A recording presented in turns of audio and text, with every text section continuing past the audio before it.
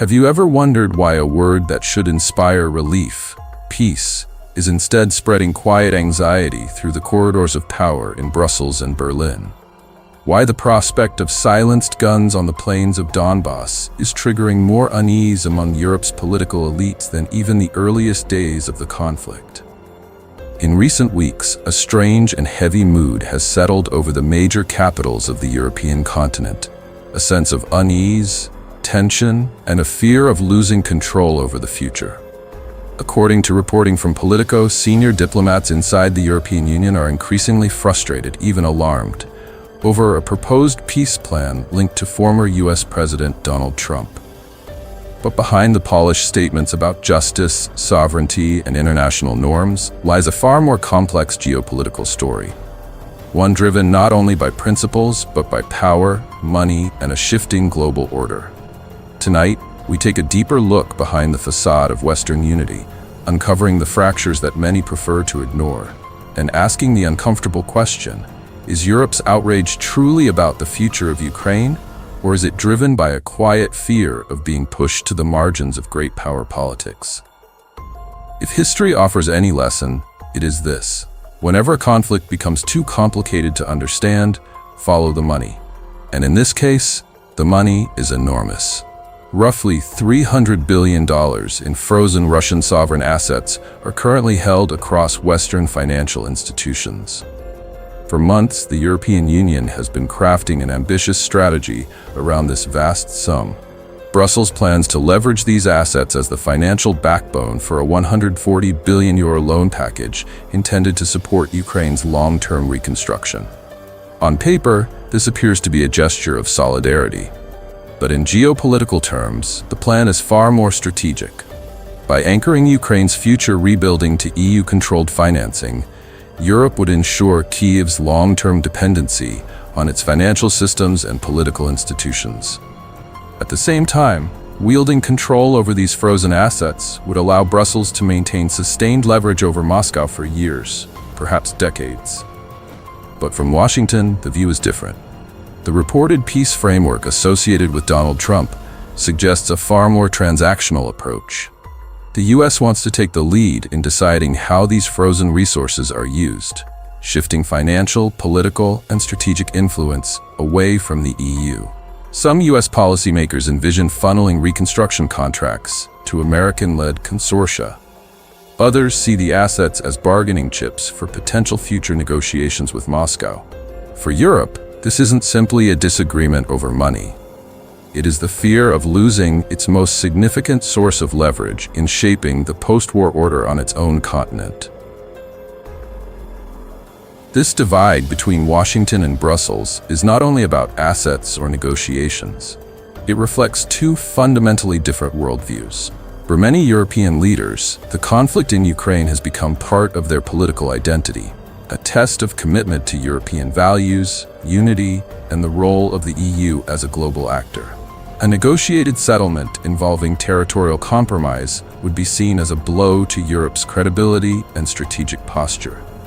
In Brussels' logic, Ukraine must continue fighting, not only because of moral principles, but because Europe's reputation is now tied to Kyiv's battlefield performance. But Washington's perspective, particularly under Trump's worldview, is grounded in cost-benefit calculations. Where Europe sees a moral struggle, the US increasingly sees a financial drain with no clear endgame. Hundreds of billions in US taxpayer dollars have already been spent with no defined path to victory or stability. A ceasefire, even one that doesn't fully restore Ukraine's pre-conflict borders, is seen as a pragmatic step that stops the destruction and opens the door to future economic revival, something private investors would be far more willing to support once the shooting stops. From this perspective, stability becomes more valuable than idealism. Recent statements from European leaders reveal a growing sense of confusion, even panic, as the strategic landscape shifts. Polish Prime Minister Donald Tusk, once one of the strongest voices calling for maximal pressure on Russia, has begun softening his tone. He now says Poland is willing to examine the American proposal, yet simultaneously questions its transparency. This contradiction highlights Europe's dilemma. Without US support, the continent's security umbrella becomes extremely thin. But without the EU's moral and political framing, Europe fears losing the narrative it has championed since the war began. Even more revealing is the stance of Ursula von der Leyen, President of the European Commission. In a recent speech in Zurich, she laid out strict, uncompromising conditions for any peace deal. No changes to internationally recognized borders, no limitations on Ukraine's military development, and a central role for the EU in any reconstruction plan.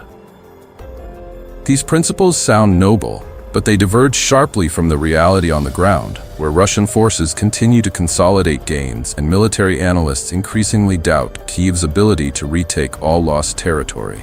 Her emphasis on the issue of displaced Ukrainian children, portrayed by the EU as a legal and humanitarian crisis, adds another layer of political complexity. As Moscow asserts the relocations were emergency evacuations from conflict zones. However one interprets the issue, the result is the same. The EU's framing effectively shuts the door on diplomatic flexibility. By placing moral preconditions that Moscow will not accept, Brussels strengthens its own moral position, but eliminates the possibility of negotiations. Some analysts see this not as a humanitarian stance, but a political shield designed to block any US-Russia deal that could sideline Europe. While the West debates, Moscow appears content to wait. The Kremlin seems to be applying a classic strategy: sit back and watch your opponents disagree. Every uncompromising statement from Brussels paradoxically benefits Moscow. It allows Russia to present itself, particularly to Washington, as the more flexible interlocutor. This positioning could enable Moscow to send a message: we are ready for stability, we are open to negotiation, but Europe is the obstacle, not us. If this narrative takes hold in Washington, the strategic consequences could be significant. In the long term, the US might decide that working with Russia, at least to stabilize Europe's eastern flank, is more valuable than navigating Europe's rigid conditions.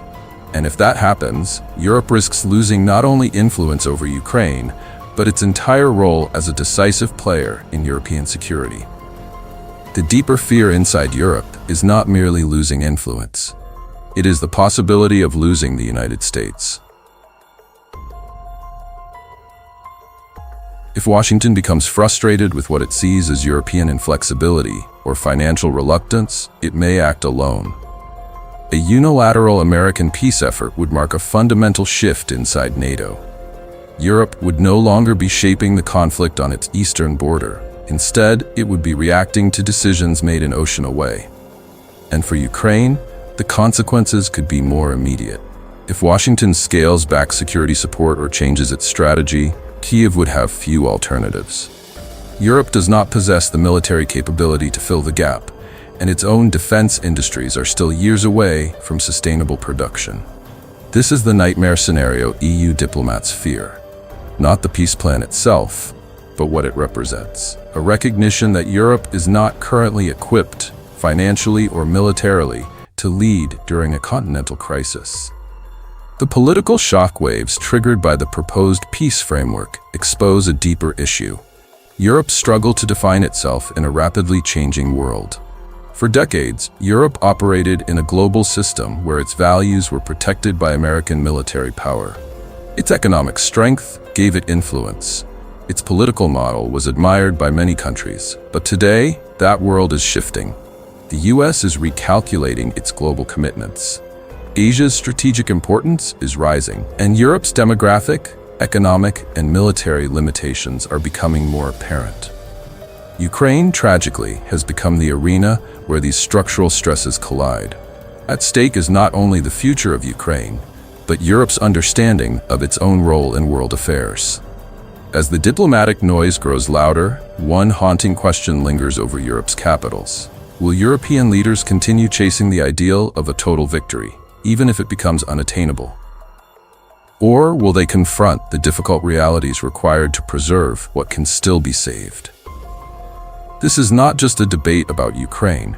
It is a debate about Europe's future place in a world where power is shifting, alliances are evolving, and the old certainties can no longer be taken for granted.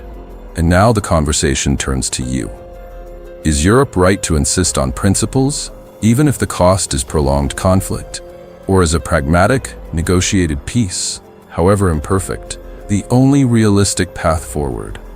Share your thoughts in the comments below, and as always, we will continue to follow this story with clarity, context, and global perspective.